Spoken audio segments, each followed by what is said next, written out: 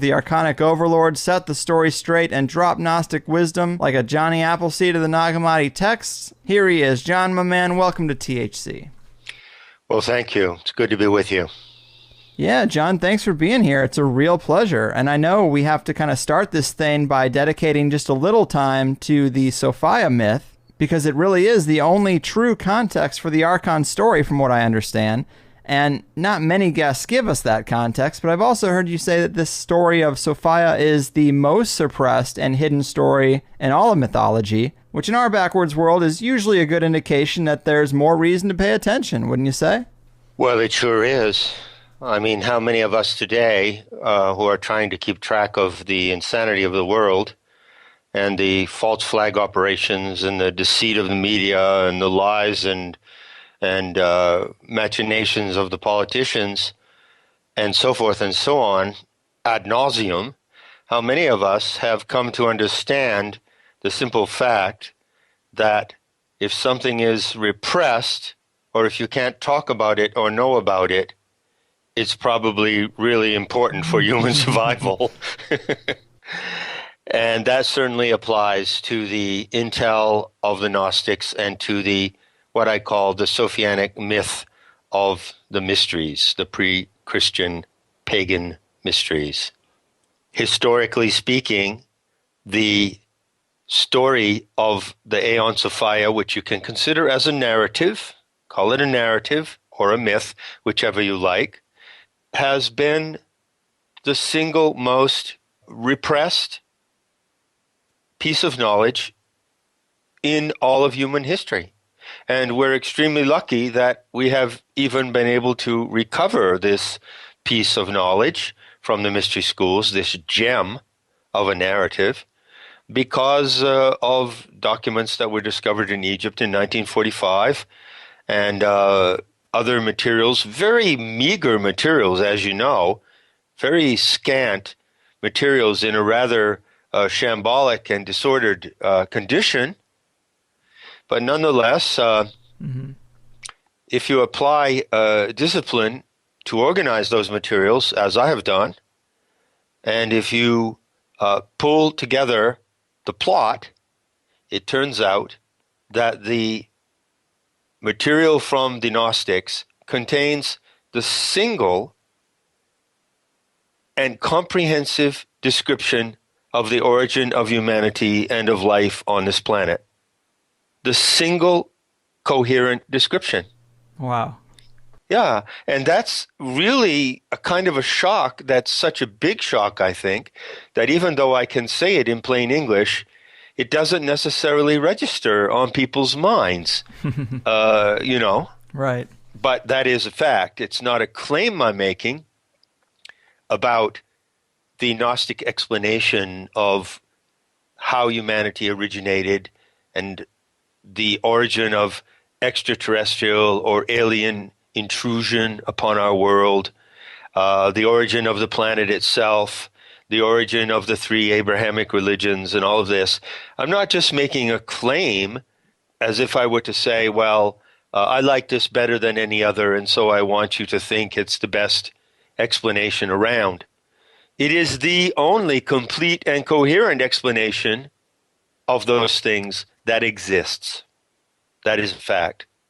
It is an epic narrative, man, and it does tie up so many loose threads. So maybe we can dive into the story a little bit. I know you've given plenty of lengthy interviews and breakdowns of the Sophia myth, but maybe we can recount the parts that are important and that we truly need to hear to understand the context of the Archons and understand how life works in this world, because it also explains quite a bit on that front, too. Well, it explains a great deal. But before we go into that, and I would love to give you, say, the 3 or 4 essential outstanding factors of the narrative, sure. But before we go into that, I want to make a sort of disclaimer, which is that this narrative is not something that can be spoon-fed to the human mind. So some of you may be hearing this narrative or hearing about this narrative for the first time. Others who know my work to a greater or lesser extent may already know the narrative. there is something going in that everyone should recognize, and everyone should take a moment, just take a moment to stop and reflect on what I'm going to say now. The Gnostic intel in the Sophianic narrative explaining the origin of life on Earth and the purpose of life cannot be received merely as information. You cannot receive it in a merely passive manner. The nature of this information is so powerful, it is like a psychoactive plant influencing your mind. Mm. When you take a psychoactive plant, you must interact with the intelligence of that plant. Isn't that correct? That is true. Right. Well, likewise, the Sophianic narrative is like a living entity.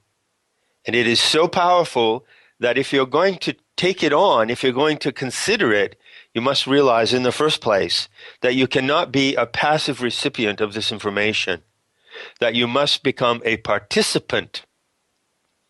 This is a requirement of the Gnostic intel. You must become a participant who evolves and develops this information actively. So I just want to put that out as an advisory message before we go into the narrative itself. How does that sound? That's perfect. Yeah, that makes a lot of sense. Okay, what could I say to bring to the attention of someone hearing about this for the first time, for instance? What could I say by way of highlighting the four key factors of the Sophianic myth, the Sophianic vision story, as I call it? Well, it's quite simple to do that because the nature of the human mind is to seek answers. Mm-hmm. And there may be a lot of people on the planet today. I don't know. How many people are supposed to be here? I think 6.5 billion? Yeah. Okay, that's a lot of people. So there may be, who knows, a large number of those people who are not interested in the answers to certain ultimate questions. Mm-hmm. It's possible that they've just lost interest. Right. But those human animals who are still awake and who are functioning as intelligent creatures, intelligent beings, are certainly going to have the craving and the need to ask certain questions. What are these questions? Okay. First of all, where does human life originate? Okay. Mm-hmm. That's a question. How did the planet Earth itself come to exist? That's a question. Are there alien or external, extraterrestrial entities who are inimical to the human species and who attack and prey on the human species? And how did they originate? That's a really big question. Yes, it is. And finally, just what is it about the human mind that has brought us to a situation in the world today where many things in our world, in our social order, in our collective life, seem to be going very, very badly wrong? Another way to formulate that question would be to say, perhaps, how did humanity get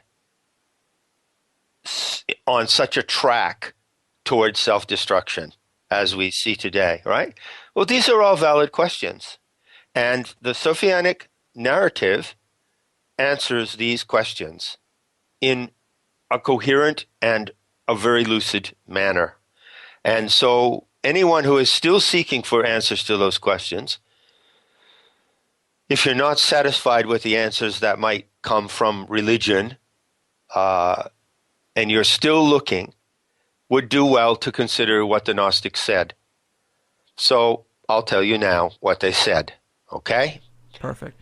About these questions and how they answered these questions. First of all, what I call the Sophianic myth is really the story about a goddess. It's a narrative about a central character. And the character in that myth or narrative is a goddess, not a god. It's a female divine being on the cosmic or galactic level. And her name is Sophia, which means wisdom. We give her a name. We could give her other names, but this is the traditional name that comes to us with the intel. Okay? We call this goddess Sophia, and the story that contains the answers to these ultimate questions is really her biography. Now that's simple enough, I think. Yes. Yeah, human beings love stories. So this is a story. It's not a made-up story, I must emphasize. It's a story that was constructed through many centuries of careful investigation and teamwork by shamans who were capable of investigating such mysteries.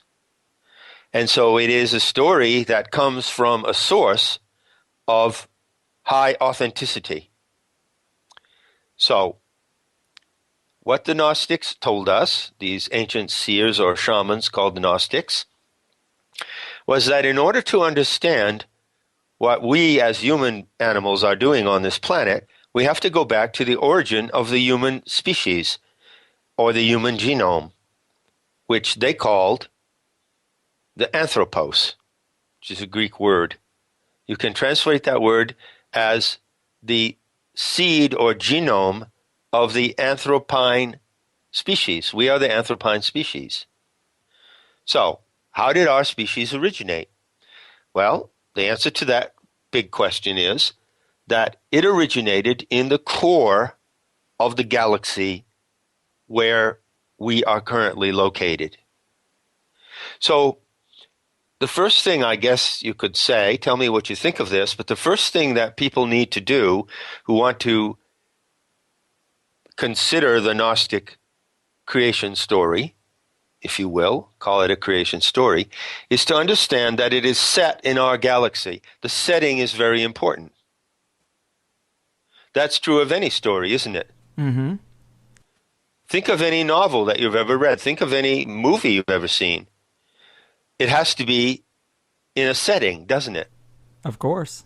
Right.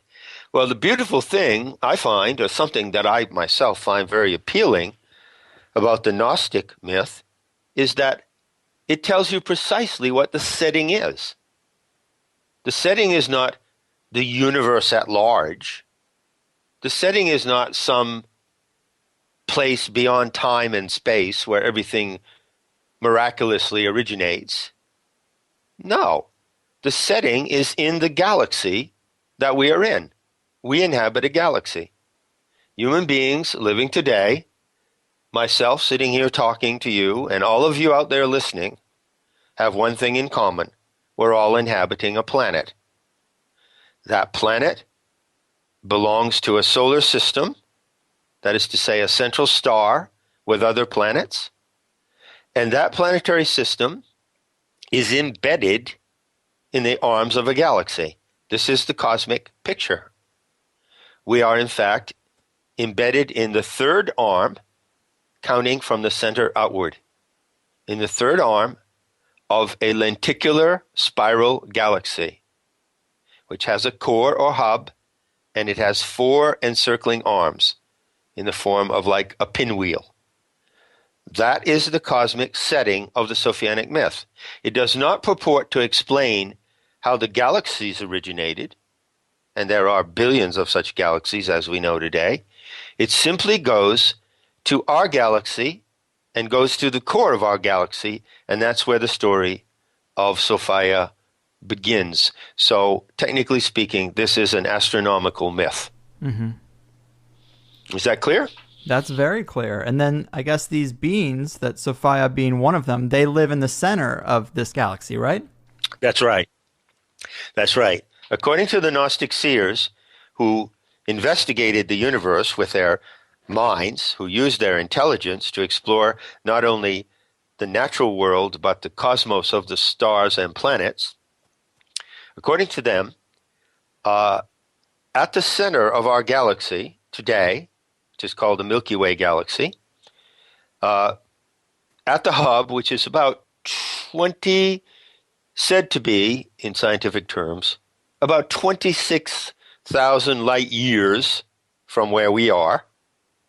We're out in the limbs, in the third limb, 26,000 light years toward the center of the galaxy. And there, at the hub, is a huge mass of luminosity. Now, what I'm saying here is something that astronomers and astrophysicists themselves would say. So the Gnostic myth is in many respects completely compatible with the modern scientific description of our galaxy. Totally compatible. So the galaxy consists of this core or hub and these spiral arms. And it has a lenticular structure. That is to say, if you look at it edge on, it is a bulge in the middle, and then it narrows down to the edges, so it's lentil-shaped. According to the Gnostics, this whole galaxy is alive, but it is alive in two different ways. The way that life appears at the core of the galaxy, which they call the pleroma, Pleroma, is different than the way that life appears in the four circling arms. But there is life all through the galaxy. Mm-hmm.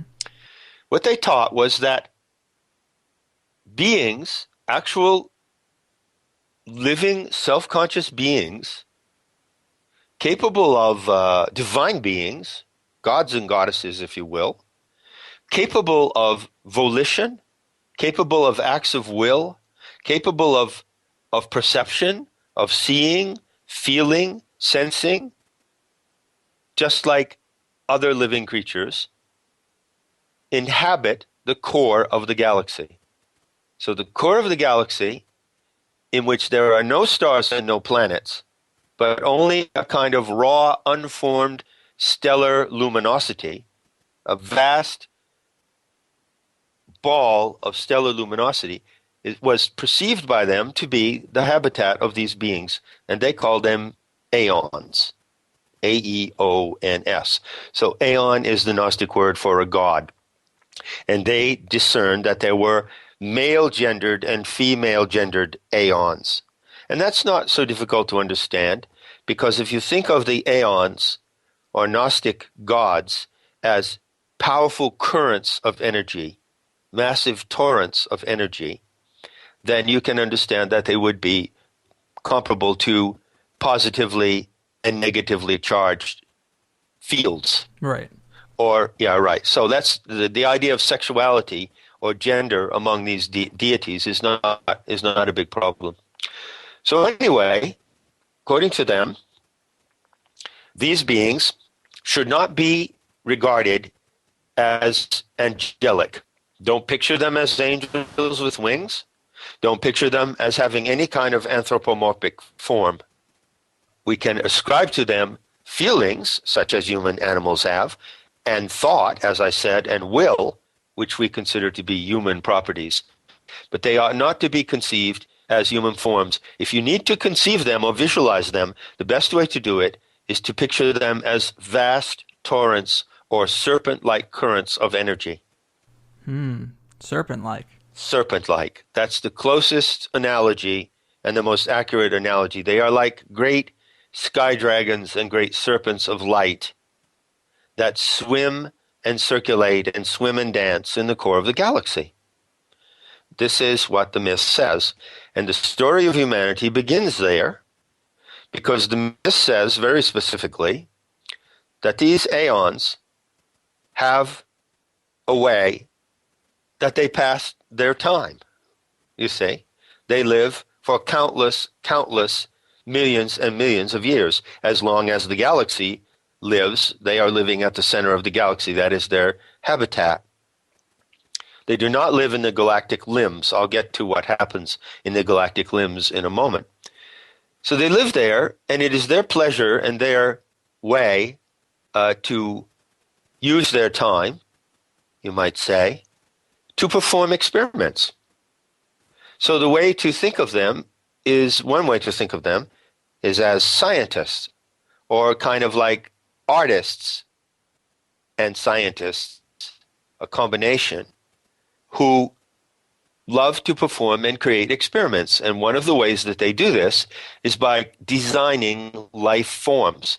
They design genomic patterns, or what is technically called genomic plasm. And they design these plasms. So if you were to ask a Gnostic, well, where does human life originate? Where does the DNA of the human genome originate?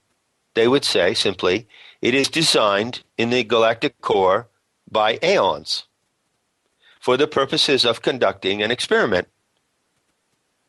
This is the explanation they give for the origin of our life form and all other life forms in the galaxy, but we're only interested in ours at first because obviously, I think you would agree, if we don't understand our own life form and how and why it is designed, well, there's no point in understanding anything else, is there? Agreed. Right. So that's the explanation so far. To be more specific, they said that the human genome, of which I am an expression, every human animal, every human being who has ever lived, is an expression of the human genome. As we know, the DNA of humanity is one consistent plasm, or it is one consistent matrix of nucleic acid. Mm-hmm. Okay? So, yeah, nucleic acid. So this particular genome that came to be manifested as humanity on the earth was designed, according to the Gnostics, by two Aeons, a male Aeon called Thelete and a female Aeon called Sophia. They gave them these names simply because for the purposes of human intelligence, we need names. We need to name things and define things in order to understand them. They're very limited terms, but nevertheless, they express the truth about the phenomena. Okay? Perfect. Right. So there is an element at this point in the story, I believe, that is really interesting to me, and that's that it seems like this plasm has been doled out to places other than Earth in previous cycles, and apparently it originated near the Orion Nebula, which is interesting because there's authors who've written about the Vatican's interest in the Orion Nebula and all their symbolism and it hidden in their paintings, and so that's kind of a cross-reference that I found really interesting, but I'll let you pick the story up, but I just wanted to make that point about the Orion Nebula playing a role in this tale. Yes, well, it's a good point because it brings us to the logical question which follows now. If the human genomic plasm was actually designed by these divine beings in the galactic core, then how did they deploy it so that it could unfold in an experiment? How did they deploy that plasm? Right. Well, according to the Gnostic view of our galaxy, there is no animal life or no sentient life, and there are not even stars or planets at the core of the galaxy, and science would agree on this, because the mass of stellar luminosity at the core of the galaxy is in a constant state of eruption that does not support any structures of life. So if life as we know it is going to appear and emerge in the galaxy, it has to have another environment in which it can appear. Well, that is what the galactic limbs provide. So the spiraling arms of the galaxy, which surround it, consist of a heavier kind of matter, unlike the matter at the core of the galaxy, which is pure stellar plasma and stellar luminosity. The matter that is swirling in the external limbs of the galaxy, and this also, by the way, is high school level astronomy that I'm talking here, Mm-hmm. consists of other kinds of matter that are heavier matter, elementary particles, and basically what is swirling around in the galactic arms is matter as we know it, the constituents of matter as we know it, the elements that form material worlds. So, material planets can form in the external limbs of the galaxy, but they cannot form at the core. Nevertheless, at the core, the human genome and genomes of other creatures are designed. So the question is, how do you get that designer plasm out of the core and out into the galactic limbs so that it can eventually evolve into creatures who live in the worlds that arise in those limbs? I call the worlds that arise in the galactic limbs planetary laboratories, like the Earth. The Earth is a planetary laboratory. A laboratory is a place where an experiment takes place, and the subject of the experiment is a living creature or many living creatures, but in our case, we want to understand how we ourselves are the subject of the experiment. So the living creature of the anthropos emerges in planets which exist in the galactic arms. The way that this is done is described quite specifically in the Gnostic cosmological text, where they say that once the Aeons have designed a creature, a living plasm, they actually project it into the outer arms of the galaxy, which they do by a kind of method that could be compared to using the device that is used to fertilize an ovum artificially. A pipette, that's the word. Okay? A pipette is a really long glass nozzle that has been used to capture a sperm when the sperm is then injected into the ovum in artificial insemination. Is that correct? Mm-hmm. We've all seen that image, right? Right. Right. It's an image magnified, obviously, by an electron microscope many, many times. So you can see the living sperm being ejected down the channel of this glass tube, and then it is injected into the ovum. They use that kind of method, and what they do is they emanate from the galactic core a kind of stalk of light, which itself is an extension of the plasma of the core. And through that stalk of light, they implant the plasm that has been designed in some place in the galactic limbs. Now, there are many, many places that they could do that. So it follows from the logic of this description that there are many life forms evolving all around in our galaxy. And there are literally millions of planets that support different life forms in our galaxy. So in order for this process to develop in the way that is of interest to the Aeons, they like to have the experiment be left to its own development. So they don't control the experiment after a certain point.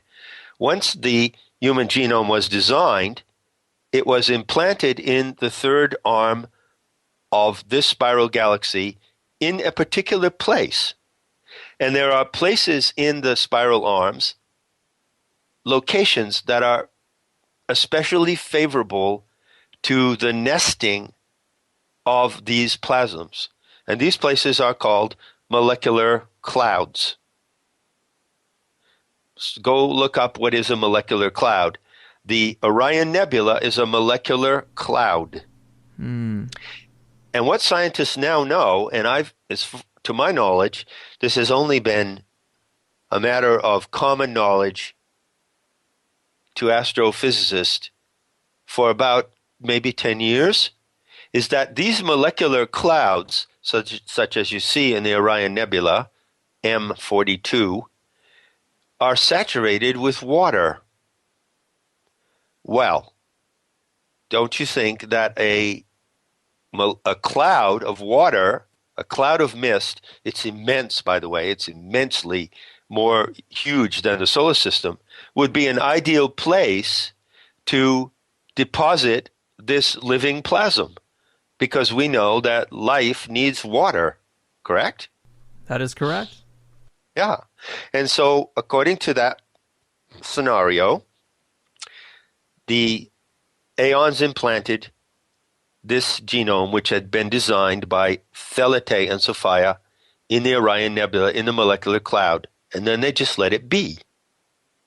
Well, what happens next?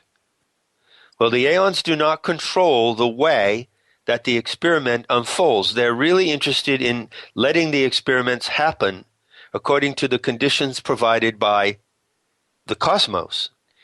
And according to those conditions, as we know today, there are filaments of plasm, electrified plasm, that run all through the galactic arms. And these filaments of plasm are able to capture these plasma filaments, rather, are able to capture these genomes and transplant them through space. This idea, then, is that life on Earth comes from outer space. Mm-hmm. That is a fact. But it does not just come from anywhere in outer space. It comes from a molecular cloud in outer space that has itself been seeded from the core of the galaxy. This is the description you get astronomically from the Gnostic materials. And then does it come out kind of like mushroom spores? I would say that mushroom spores are the best example that we have of how this process unfolds.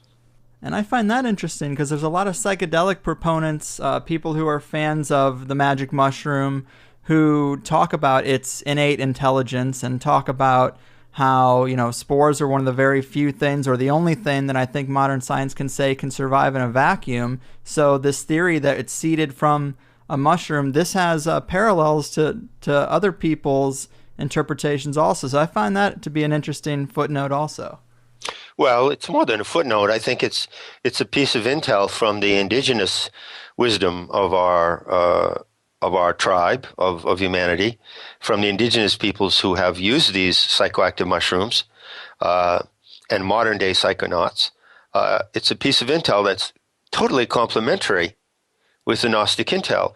You could say that the Gnostic intel teaches that the human genome, the DNA from which human animals develop, pre-exists in spores that are captured in a molecular cloud in Orion. And those spores are subject to drift out of that cloud on plasmic filaments, which are now known to exist and to penetrate the galactic arms. If you go to plasma cosmology or the electric universe people, they talk about this constantly. They talk about these plasma filaments that run between stars and that run through interstellar space. So these plasma filaments are like currents that can carry these seeds of life.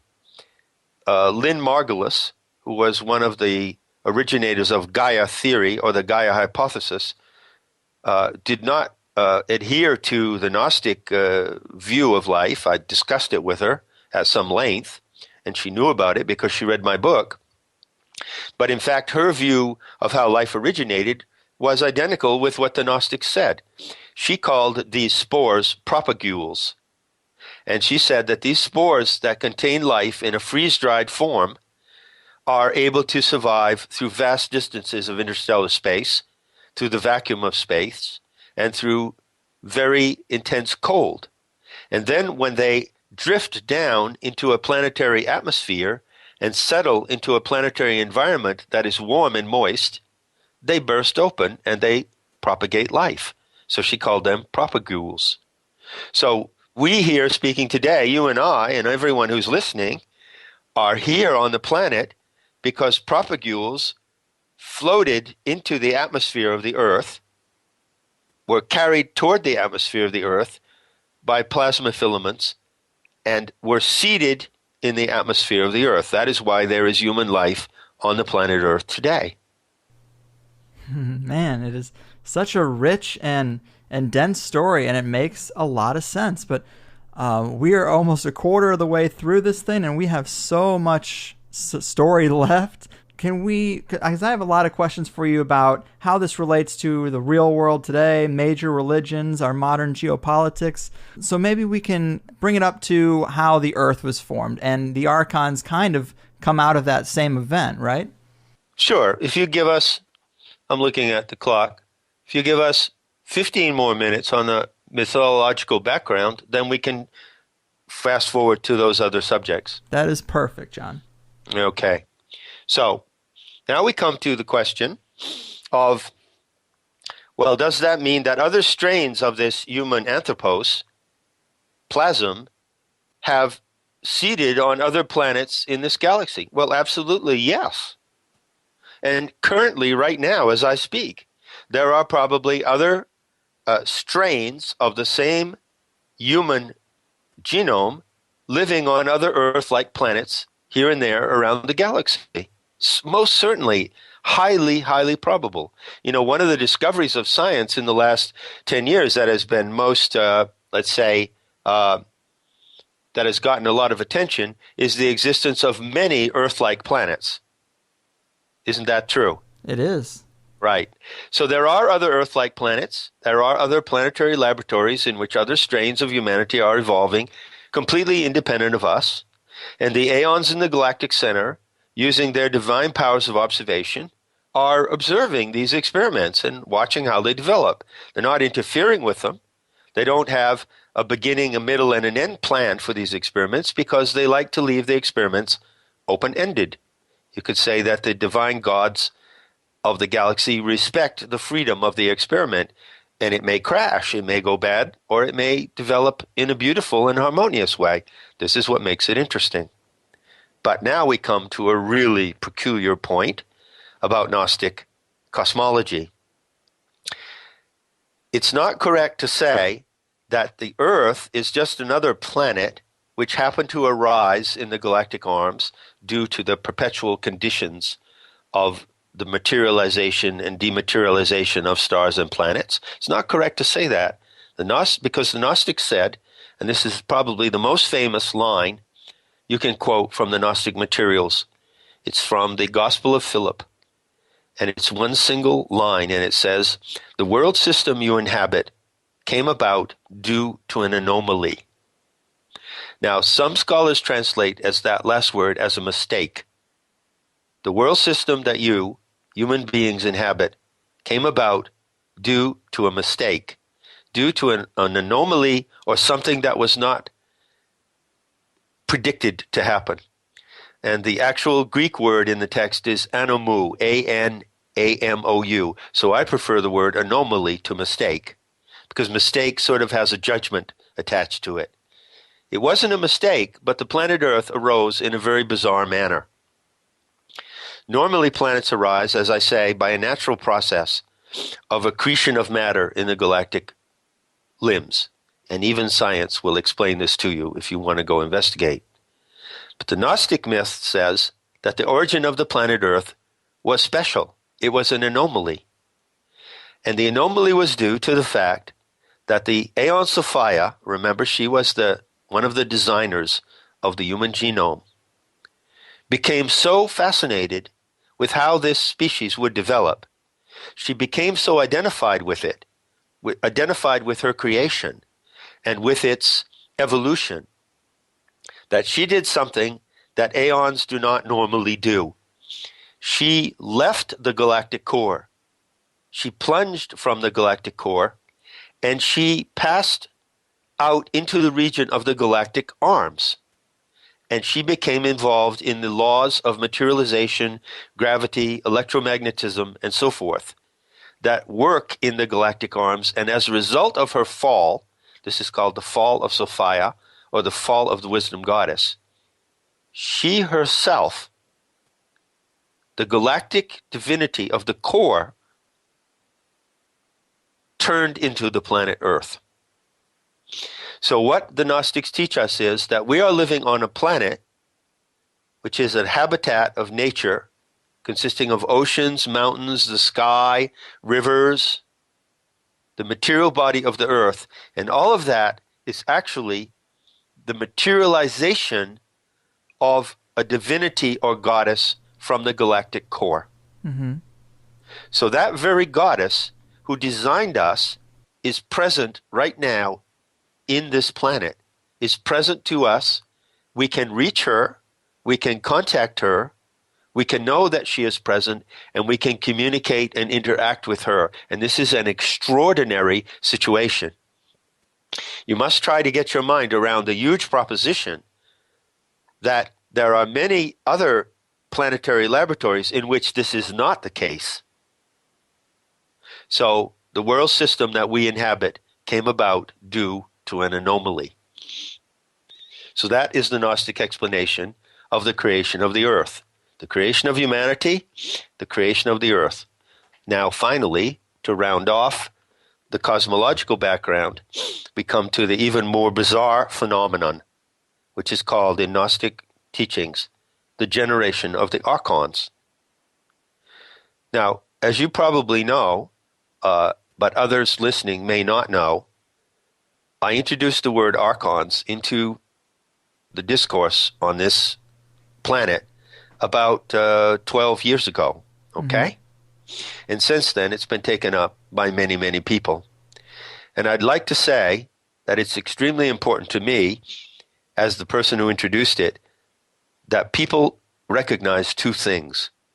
First of all, when I introduced it, I spoke of it in the way that Gnostics taught. I didn't speculate. I didn't make up my own ideas about ETs. I didn't use the Sitchin hypothesis. I didn't talk about ETs engineering the human genome. That is not true. ETs did not engineer the human genome. The Aeons at the core of the galaxy are our true cosmic parents. What I did was I followed the Gnostic intel and I reported on the archons according to the Gnostic intel. And the second thing that I did, which unfortunately many people disregard, is that I stressed that the Gnostics taught that the archons, or extraterrestrial parasites that prey upon humanity, came about as a result of Sophia's action, that she accidentally produced these archons. And I can't think of anyone who uses the word archon today who includes that important piece of information, which is very unfortunate. Mm-hmm. Right. You need that whole context to really understand what the archons are, how they came to being. And there's also an element in terms of our solar system's composition where that involves the archons. Maybe you could discuss that a little bit. Sure. Let's make that the last piece of the cosmological picture that we're setting here, which is the framework for the rest of our discussion. Okay? Perfect.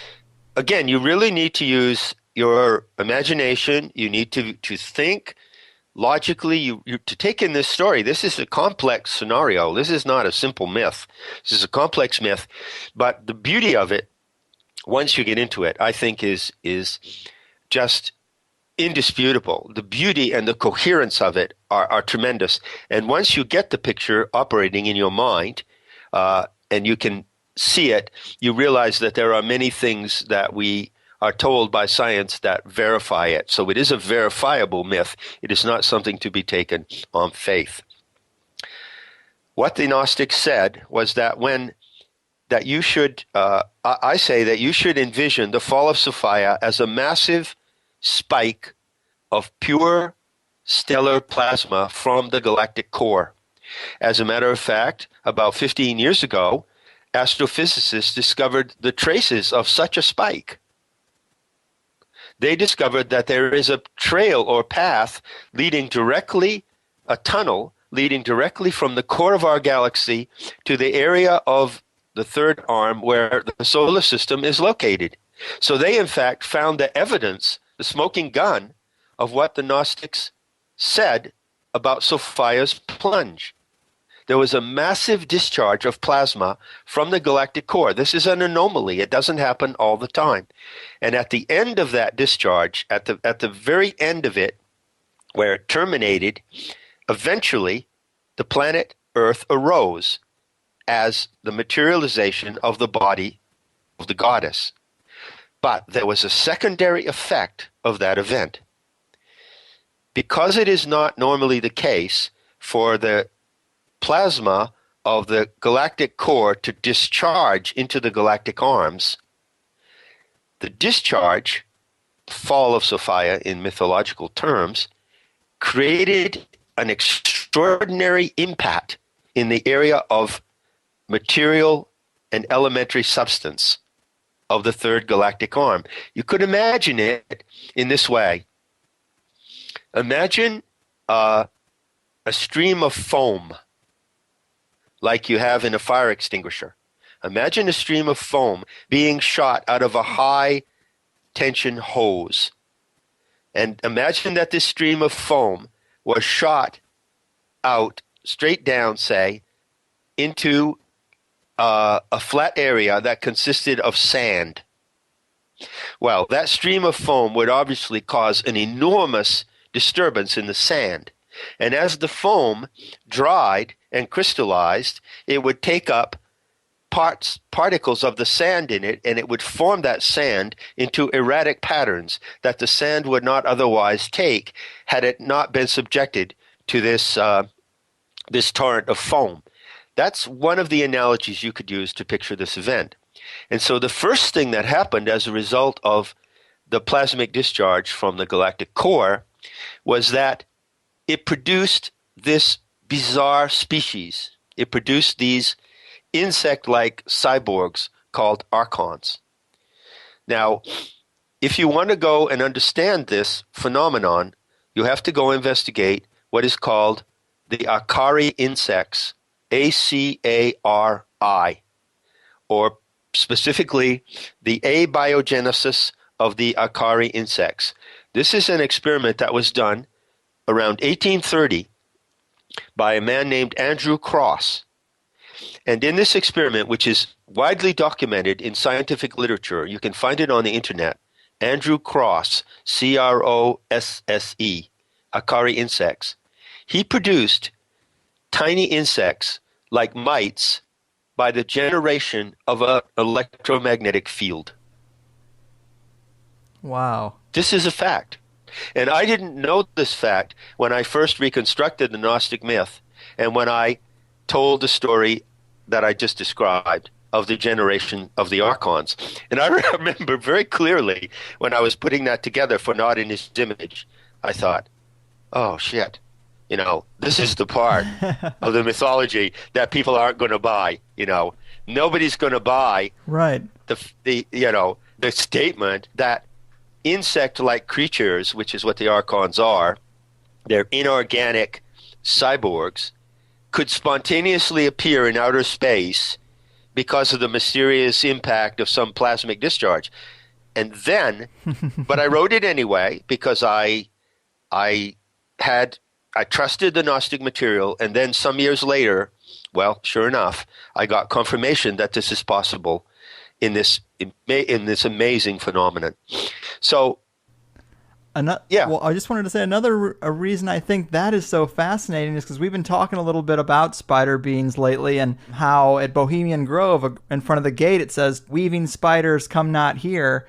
And in this context, it starts to make me think of like secret electromagnetic sciences. Maybe they spawn some type of spider-like creatures. Maybe that's a direct cryptic message to archons to not come there. It's very odd, but that phrase, "weaving spiders come not here," is starting to make a little more sense as more things unravel. Yeah, it's a mysterious phrase, isn't it? Mm-hmm. I'm not quite sure what they mean by that. But anyway, to cut to the chase and to conclude this background part of our discussion, it's important to know that the people who provided us today with the intel on the archons, and they profiled their behavior brilliantly. They described how they abduct souls by night, which you would call ET abductions. Right. They described their appearance as being of a neonate form, that is to say, a prematurely born fetus with a large head and big eyes and spindly limbs. All of this they described. Well, have some respect, folks, because the people who gave you that intel on the archons also told you where the archons originated. So don't ignore that part of the intel. They originated in the solar system before the Earth was created, before Sophia herself turned into the Earth.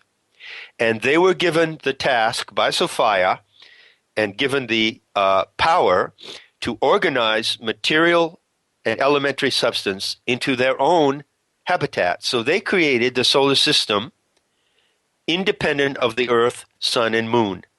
And that solar system that they created that belongs to the archons is the inorganic part of our solar system. That is to say, the inorganic planets, Mercury, Venus, Mars, Jupiter, and Saturn, are productions of the archons, and they are the habitat of the archons. The archons primarily live, as far as I can tell, in the rings and moons of Saturn.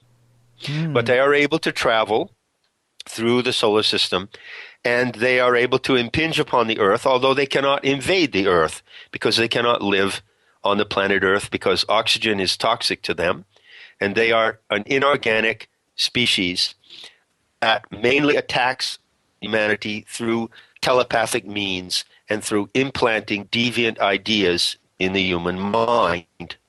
So this is the Gnostic message about the archons that were created accidentally by our own planetary mother, Sophia.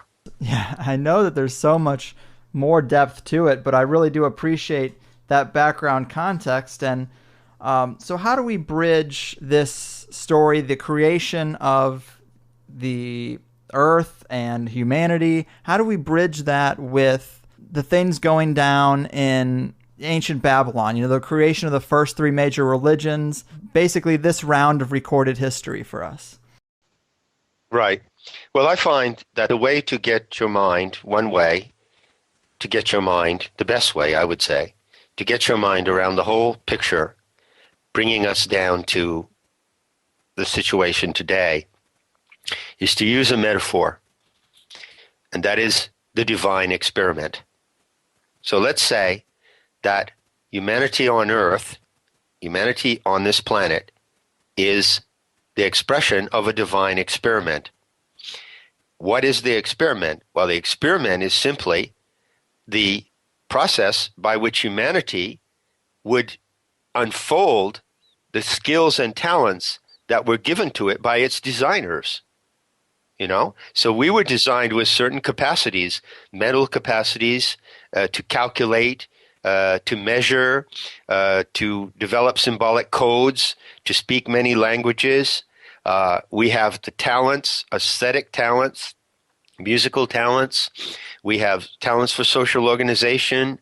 These talents distinguish human animals from other animals on the planet. And as the subject of the divine experiment, we are here to see how we can develop and unfold these talents in a way that is beautiful and harmonious with the cosmic order. That is the purpose of the experiment.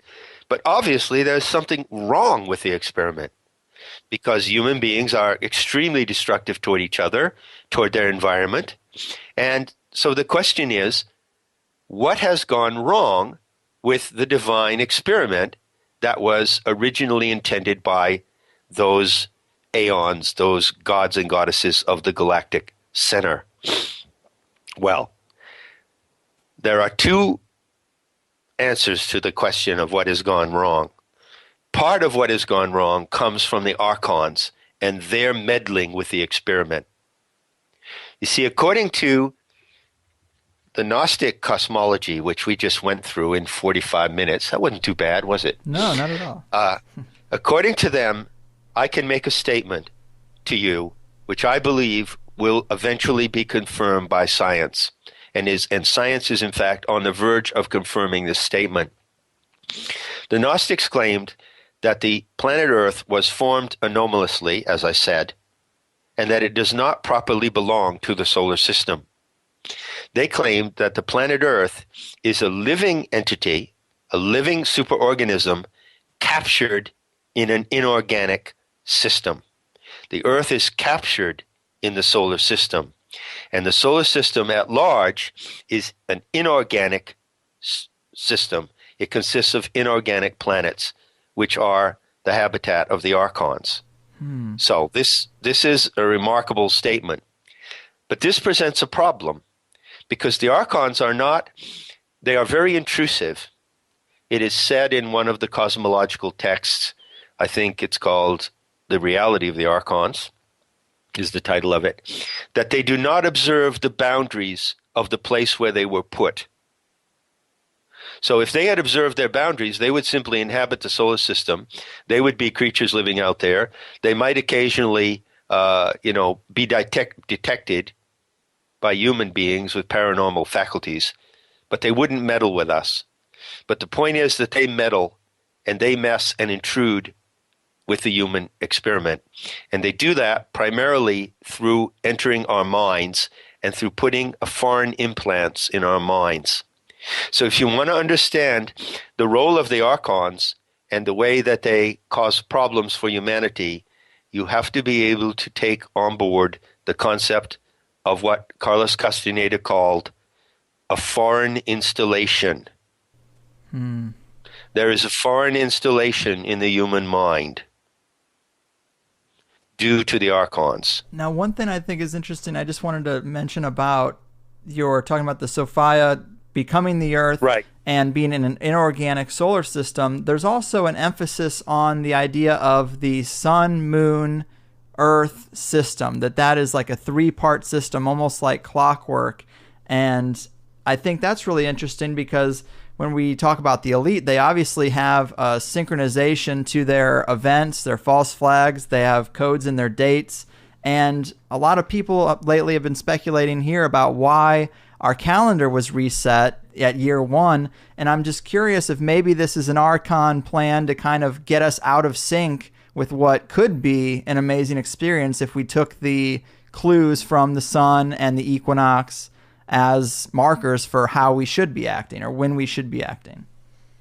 Well, yeah, the opportunity for the human animal living on the planet is to synchronize itself with the life rhythms that support our life here, the living rhythms, the organic rhythms, which are called biorhythms.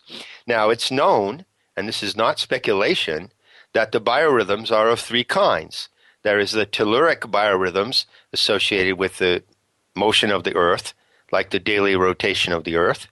There are the lunar biorhythms, the 28-day cycle of the moon and the 4 phases of the moon. And there are the solar biorhythms, which are the 4 seasons of the year and the larger rhythms such as sunspot cycles and so on. If we were to observe these rhythms, feel them, respond to them, and organize our society according to them, then we would live harmoniously in the 3-body system.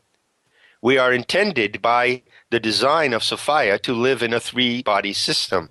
We could live, for instance, in a planetary system that consisted only of a star, the sun, a satellite to the Earth, the moon, and the Earth.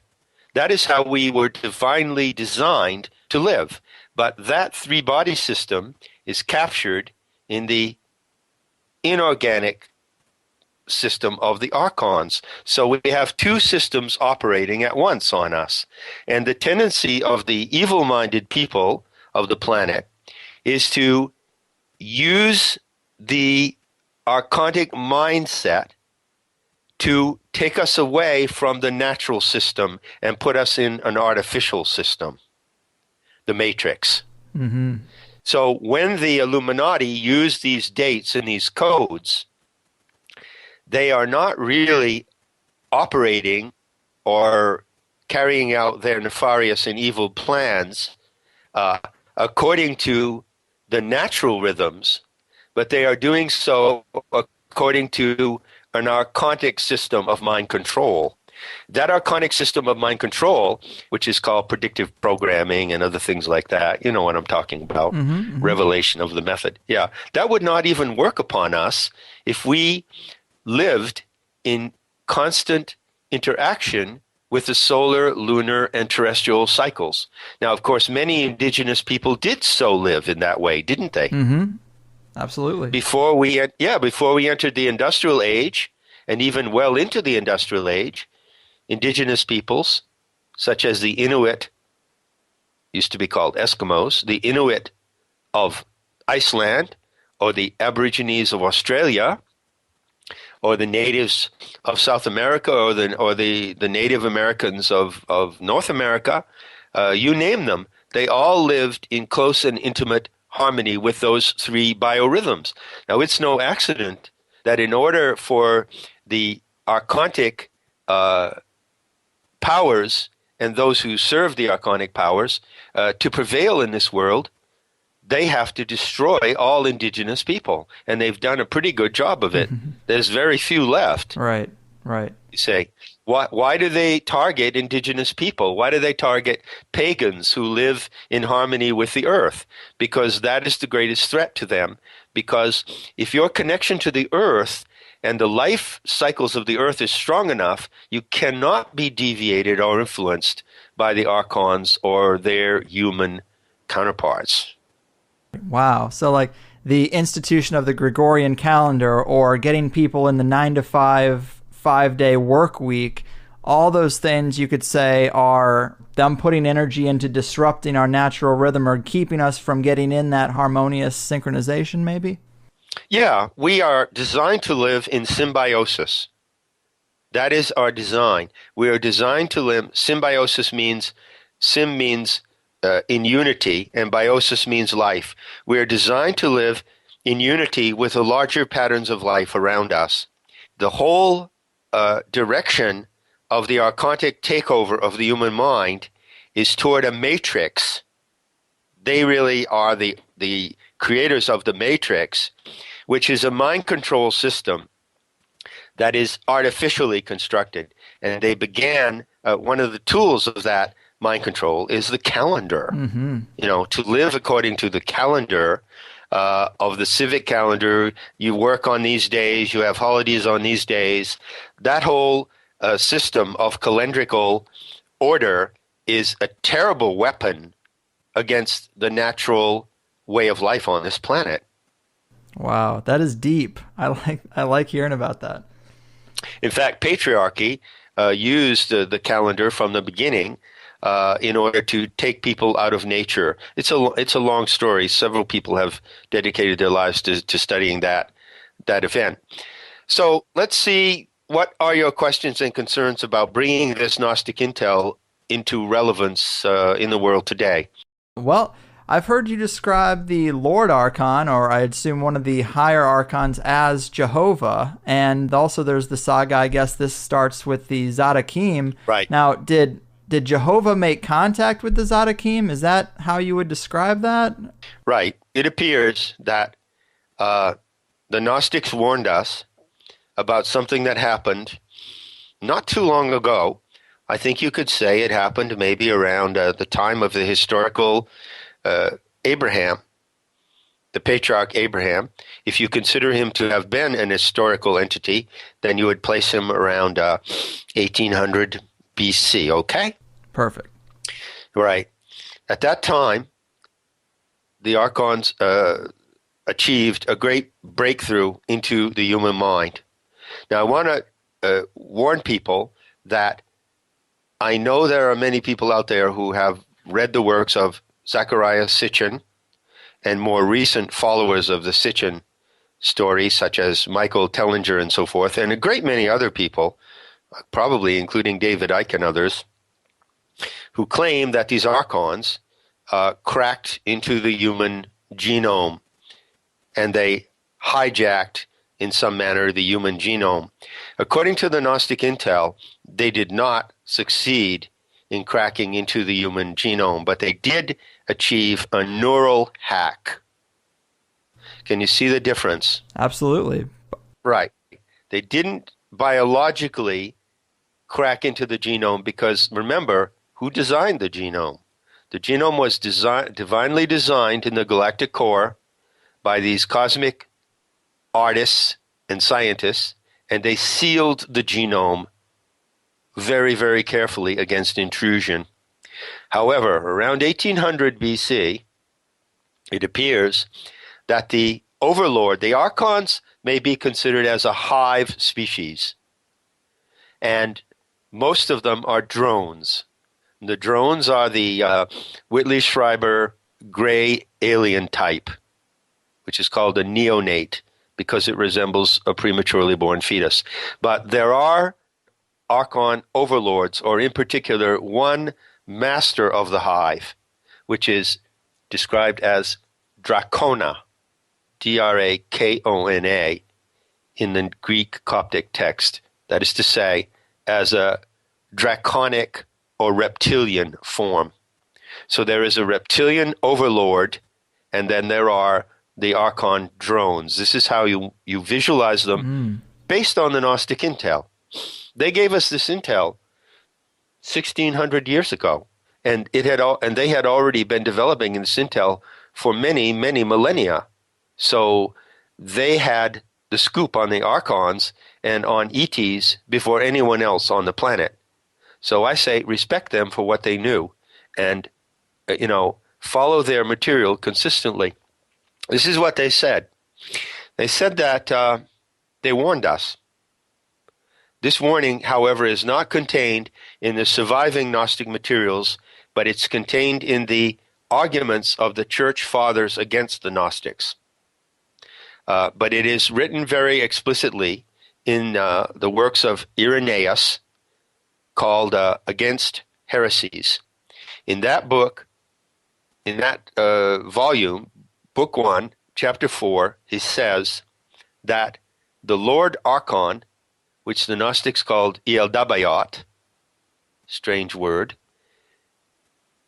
managed to get access to the mind of a certain part of the human species, the ancient Hebrews, and that they infected the mind of the Hebrews with an alien virus or an alien mindset, and that they chose, the Hebrews, to be their representatives and therefore to wage war upon the rest of the human species by using the ancient Hebrews as their instruments of intrusion into our species. And the way that they did that, the Gnostics warned us about this. This is quite explicit. The way that they did that is that they installed an implant in the brain. They made a neural hack into the brains of that particular tribe of people. And as a result of that hack, there arose within the ancient Hebrews, at the time of Abraham, a cult, a sect. It didn't involve all of the people of the Hebrew or Jewish racial lineage, but a certain fraction of them formed a cult, and they were called the Zadokim. That comes from the Hebrew letter Zadik, or Tzadik, which is a letter in the Hebrew alphabet. And the word Zadik means the righteous, or the superior, or the supreme. So, this cult, historically speaking, arose around 1800 BC, and this cult is the germ of salvationist and messianic religion. And it developed first in Judaism, then it spread into Christianity, then it spread into Islam. So all three of the Abrahamic religions derive from the same source, and that source is an extraterrestrial implant in the human mind. Now, this sounds kind of like a science fiction scenario, and yet it is an exact paraphrase of what the Gnostics taught. Mm-hmm. So the experiment with the anthropos, let's say, I'll put it in another way, our ability as human animals to just live in peace together on this planet, to coexist with each other, and to investigate the natural world, and to discover and unfold our true potential as creations of Sophia, is interfered with. We are not allowed to do it because there is a foreign influence working among us. And that foreign influence takes the form of religion, of a religious ideology, of salvation, the chosen people, the Messiah, and the end of the world scenario. Those ideas, which are widespread in human culture, as you know, do not even belong in the human mind. They are not a product of human mentality, even though they have been received and developed and transmitted by the human mind. They do not originate in the human mind. They originate as an alien transplant in our minds, an alien virus. Mm-hmm. This is what the Gnostics taught.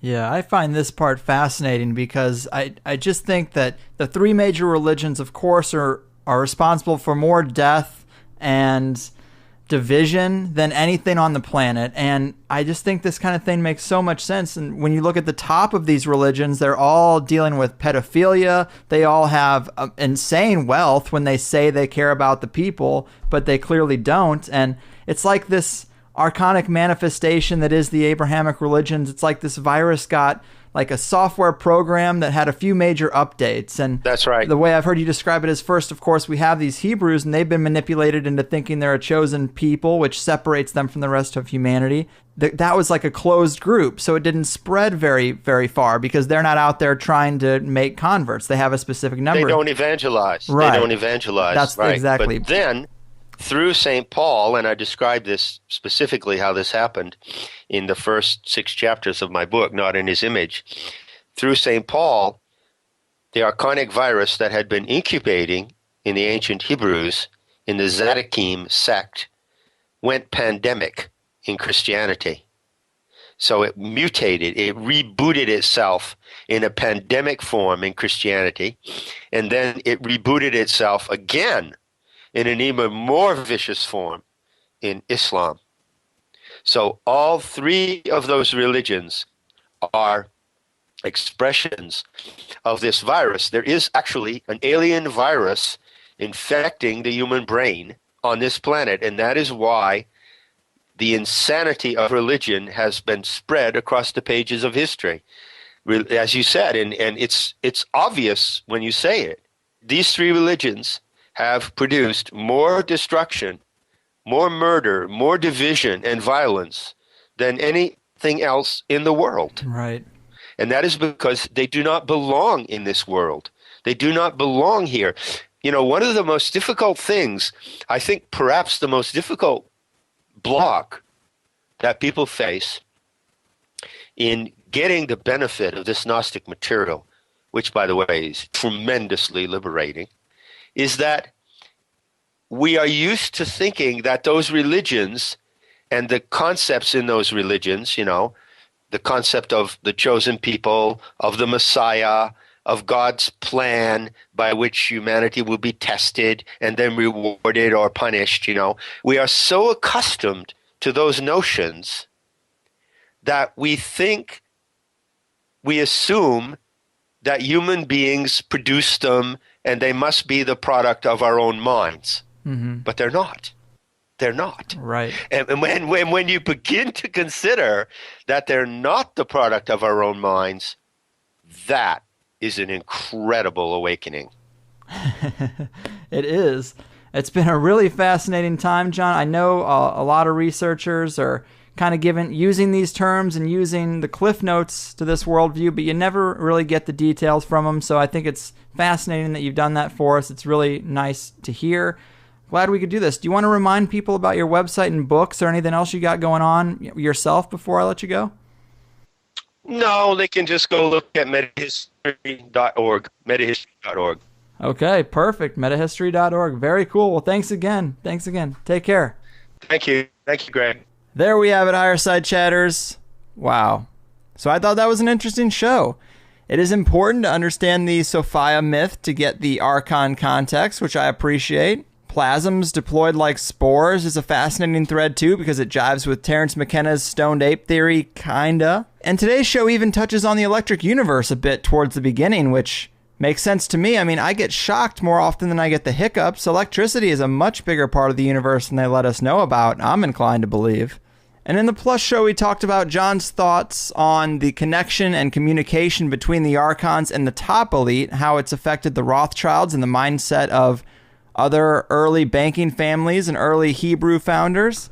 We talked about the part of the story that the archons live in the other planets in the solar system, particularly Saturn, and why we see so much symbolism for the other planets, possibly because of the archon influence.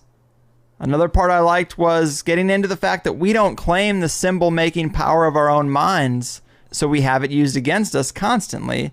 And then John talks about master race theory originating with the Hebrews, and that one of the biggest things we need to do today is dismantle the Holocaust lie.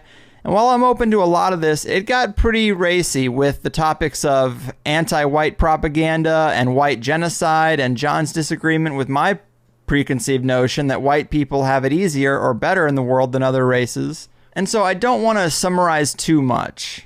And I don't want to use this privileged post-show position to argue against specific things that John said or pick apart a guy who's not here. That ain't right. But I would say that it's the biggest THC on-air disagreement since John Irvin, but this was way more civil. And what I would address is how recently I'm getting a lot of emails that are assuming I take the positions of everything that my guests say, and that's just not true. I did a show with Eric Dubé about the Earth being flat. I don't think it's true, but I thought he made enough interesting points to do a show about it. Also, last week, Anthony Patch. I loved that episode, but on top of being an interesting researcher into a lot of topics I do love, he's also a born-again Christian. Definitely not something I agree with, and was probably more obvious today. But usually I'm trying to give you a fairly untainted expose on certain researchers and topics of conspiracy culture. I don't really know what I am because I'm not a totally neutral host. I definitely speak up once in a while and use the post-show as a platform for doing that and talking to you guys rather than taking up the guest time during the interview. And I think my level of enthusiasm from show to show can sometimes be an indicator of things that resonate with me versus things that don't. Or maybe you hear me change the conversation from a new age topic to something more practical. So I'm not neutral, but I guess I'm open-minded and I don't feel the need to cut off guests that are going in a different direction that I don't agree with. I mean, I research these people pretty thoroughly before I interview them. I know the places they might go, even if they're not planned, and today kind of was that. John Lash gives a great breakdown of the Sophia myth, a great context for the Archon meme, and I think a perspective on the three major religions that I would agree with. These religions aren't worshiping the one true God, creator of man and the universe. It's much more likely to me that if there's a supernatural spiritual entity at the heart of religion, it's a super successful, demonic, parasitic entity that has wielded so much influence through the religion program as to play humanity like a fiddle for most of history, and still today, although I think that influence is on the decline. All of this stuff is great, and that's what I wanted to hear from John, and he did an awesome job bringing it all to the table. I thank him very much for that. But that there's a campaign against white culture large enough to be worried about, or to use the term white genocide, or allude to the fact that white privilege is just propaganda and we don't really have it better, I don't know. That's not something I can agree with at this point in my life. And maybe it's something we'll do a more full show on because I don't understand the position entirely. I'm open to that. But I think the scales are tilted in favor of whites so much that it's pretty insulting to suggest we're being victimized in any way that's proportionate with other cultures. I think the things that I'm saying are so obvious, I'm surprised there even is opposition. And again, it's not fair to pick apart specifics, but listening back and editing, when I said that it seemed obvious to me that black and brown people had a disadvantage, John disagreed a little bit and said, well, who do you know, before we got onto a different angle? And I went, and I kind of was thinking about that and editing. I'm like, yeah, who do I know? And I had to think about that to back up in my own mind this position I'm taking. And I've seen it plenty of times, but the first time I ever realized what could be, doesn't always have to be, but what could be the difference for someone not white, in America at least, was in my little Catholic grade school in Arnold, Missouri. Of course, it was 95% white, but as far as I knew, it hadn't been a problem for my one friend who was adopted from Colombia and clearly looked a little different. But then this friend, Tom, he left. He went to another school for a couple years, and then he came back, and he was ripped. We were young. We were like in 7th grade, and I'm just like, wow, look at this man amongst all us boys. I didn't even know we could get muscles yet. I'm 30 years old now, and I'm still trying to figure that out. But I asked him what the hell happened, and he said, well, kids at this new school, they called me names. They called me nigger. They pushed me around a lot. it was pretty isolating. So I started to work out to defend myself. And I was just kind of shocked. I was like, whoa, that is not something I had really considered. And that's not something I'm ever really going to have to deal with. And that's one of just like 24 stories. Everybody probably has them. That one sticks out in my mind the most because I was just so oblivious. And maybe I'm missing the point of a larger argument here. Maybe as the elite work the races with a constant tension and an ebb and a flow, maybe there are some changes happening. But I see things going on in Baltimore and Ferguson as totally natural backlash to years of isolated unfairness. And I hope these things don't descend into general race riots framed as black versus white rather than oppressed versus oppressor. But how long does the rest of America expect these communities to accept being broken down and treated unfairly? When are we guilty by association? Never? I mean, it's just a little bit selfish to draw attention to one or two people who might get caught in those crosshairs instead of talking about the multi-generational, systematic limiting of options for entire groups of people. I mean, neither is good. I don't want violence in any regard, but let's be honest about the situation. If we need to expand our thoughts globally instead of just America, when I look at the areas where white people are from or have taken over, America, the UK, Great Britain, Sweden, Norway, Canada, even Australia, all predominantly white nations, all the top of the food chain, and all the places where black and brown people are from, Mexico, Africa, Cambodia, Puerto Rico, Afghanistan, Latin America, Ethiopia. I mean, so many places that are suffering. It seems fairly obvious to me that the scales have been tipped in favor of white people, whether you're in America or around the globe. But I also think there's a difference between taking an advantage or taking an opportunity and abusing power. I've had advantages to being white, but I haven't abused power. I have no power to abuse.